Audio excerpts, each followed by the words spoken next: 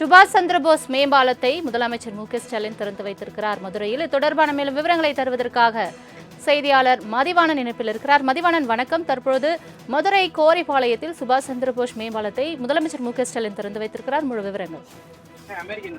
வணக்கம் சலோமி. அரசு துறைகள் சார்பில் ரூபாய் 1805 கோடி ரூபாய் நிறைவேற்றப்பட்ட பல்வேறு நலத்திட்டங்களை மக்கள் பயன்பாட்டிற்கு அர்ப்பணிப்பதற்காக தமிழகத்தினுடைய முதலமைச்சர் மு.க.ஸ்டாலின் அவர்கள் இன்று மதுரை தந்தார்.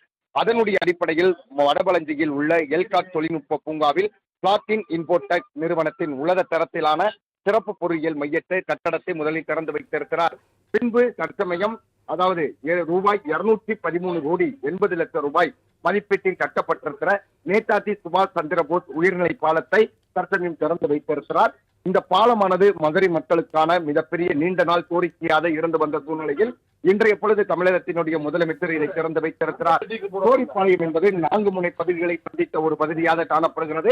எந்நேரமும் போக்குவரத்து நெரிசல் என்பது கடுமையாக இருப்பதற்கான வாய்ப்பு என்பது தொடர்ந்து இருக்கக்கூடும். அதனுடைய அடிப்படையில் தான் இந்த பகுதியில் ஒரு உயர்நிலை மட்ட பாலம் என்பது அமைக்கப்பட வேண்டும் என்பது மக்களினுடைய நீண்ட நாள் கோரிக்கையாக இருந்தது. அதனுடைய அடிப்படையில் இன்றைய பொழுது இந்த பாலத்தை திறந்து வைத்திருக்கிறார் தமிழகத்தினுடைய முதலமைச்சர் மு.க.ஸ்டாலின். இந்த பாலத்தை திறந்து வைத்திருக்கிற சூழ்நிலையில் கிட்டத்தட்ட இனிமேல் போக்குவரத்து நெரிசல் என்பது மிகுந்த குறைவாக காணப்படுவதற்கான வாய்ப்பு இருக்கிறது. அதே போல இன்னும் பல்வேறு நலத்திட்டங்களை தொடங்கி வைப்பதற்காகத்தான் இன்று முதலமைச்சர் மதுரை வைத்திருக்கிறார்.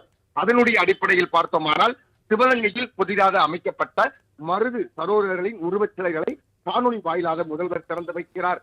பின்பு மதுரை மீனாட்சி அரசு மகளிர் கல்லூரியில் ரூபாய் 50 லட்சத்தில் மேம்படுத்தப்பட்டிருக்கிற கணினி ஆய்வகத்தையும் தொடங்கி வைக்கிறார். பின்னர் நாம் பார்த்தோமானால் வண்டியூர் கண்மாய் பூங்கா கிட்டத்தட்ட ரூபாய் 3 கோடியே 50 லட்சம் ரூபாய் மதிப்பீட்டில் கட்டப்பட்டிருக்கிற அந்தூரான் நவீன அறிவியல் மையம் ரூபாய் 1 கோடியே 67 லட்சம் ரூபாய் மதிப்பீட்டில் கட்டப்பட்டிருக்கிற வாடுபட்டி பேரூராட்சி அலுவலக கட்டடங்கள் அதே சமயம் 1536 கோடி மற்றும் 31 கோடியில் நிறைவேற்றப்பட்டிருக்கிற 867 ஊரக குடியிருப்புகளுக்கான கூட்டு குடிநீர் திட்டம் ஆகியவற்றை மக்கள் பயன்பாட்டிற்கு முதல்வர் அர்ப்பணிக்கிறார். இதனையடுத்து மிக சரியாத மாலை 4 மணிக்கு உத்தங்குடியில் நடைபெறும், அதாவது மதுரையில் இருக்கக்கூடிய உத்தங்குடியில் நடைபெறுகிற திமுக தென்மண்டல பால முதல்வர்கள் வாக்குச்சாவடி குழு உறுப்பினர்கள் கலந்தாய்வு கூட்டத்தில் முதல்வர் ஸ்டாலின் பங்கேற்று பேசவிருக்கிறார். இன்று என்னென்ன விதமான அரசியல் கருத்துக்களையும் அதே போல அவர்களுக்கான ஆலோசனைகள் வழங்கவிருக்கிறார் என்பது தொண்டர்களிலே ஒரு மிகப்பெரிய ஆர்வத்தை ஏற்படுத்தி இருக்கிறது. இதற்கு பிறகு காந்தி நினைவு அருங்காட்சியகத்தில் நடைபெறும் மக்கள் நீதி மையம் நிகழ்ச்சியில் பங்கேற்கிறார். அங்கே கூட்டணியில் இருக்கக்கூடிய அனைத்து கட்சி தலைவர்களும் பங்கேற்கின்றனர். குறிப்பிட்டு சொல்ல வேண்டும் என்று சொன்னால் திருமாவளவன், வைகோ, அதே சமயம் தற்சமயம் இணைந்திருக்கிற தேமுதிகவுடைய பிரேமலதா ஆகியோர் எல்லாம் இடம்பெற்று பல்வேறு அரசியல் கருத்துக்களும் பேசுவதற்கான வாய்ப்பு இருக்கிறது.